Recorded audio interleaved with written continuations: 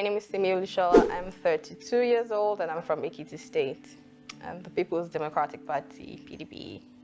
Why politics for me? Because politics comes before governance.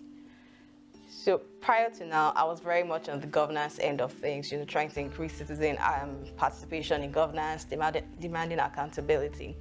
But then I realized that when you're trying to fix things at that point, you're already late to trying to fix things, and the work you have to put in there is a lot more, and the time it would take to fix things at that point is also a lot more, because trying to get people interested in fixing a failed system is very hard. So that's why politics comes before governance. So we can fix politics, then we can fix governance. So for me, I made that switch from trying to work on governance to working on politics. So if you can fix it at that point, then things will move much more faster and easier at the governance level. Sometimes, so in Abuja, maybe I'll attend ALS, the Abuja Literary Society events. We used to do our spoken word, just have a book club.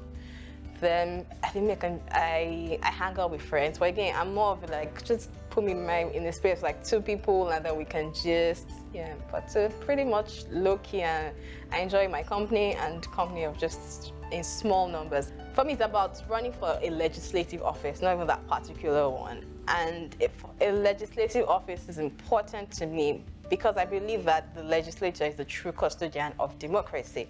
If you're going to have a government that actually works, your legislative officers, the legislative arm of government has to be doing what they need to do.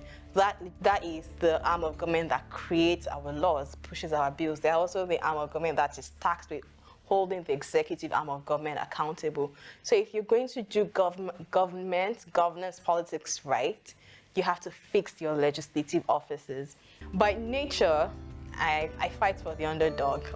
That is just me by nature. That's why I'm by nature. I defend. I fight for those who can fight for themselves. So if you go through everything I have done, I've been working in the not-for-profit space. I set up a foundation in 2015 called Aspilos Foundation.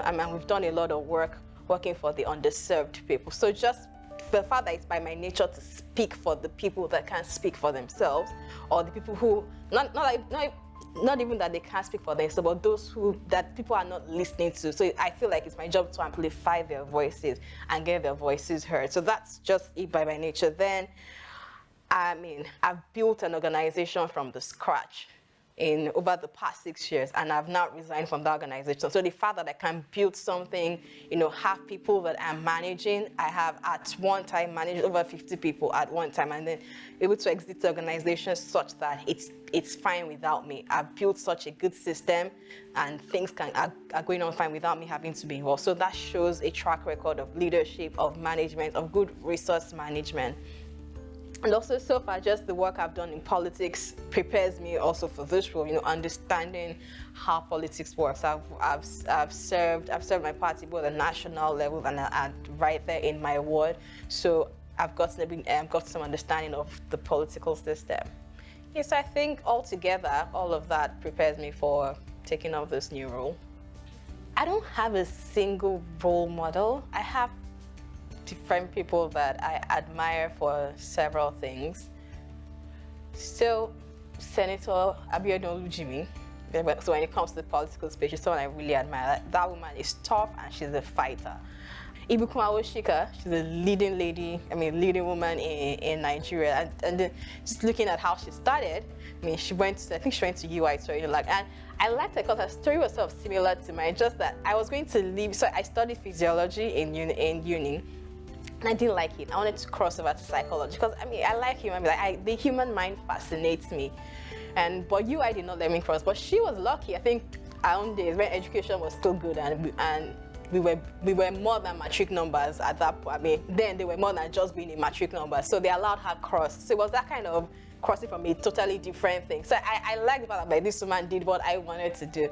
And just seeing how she was risen from the Sokwa Chair Center, now she's chairman at First Bank, and and the different things she's done. And she's an actress now. She acted in a movie last year, The Drag.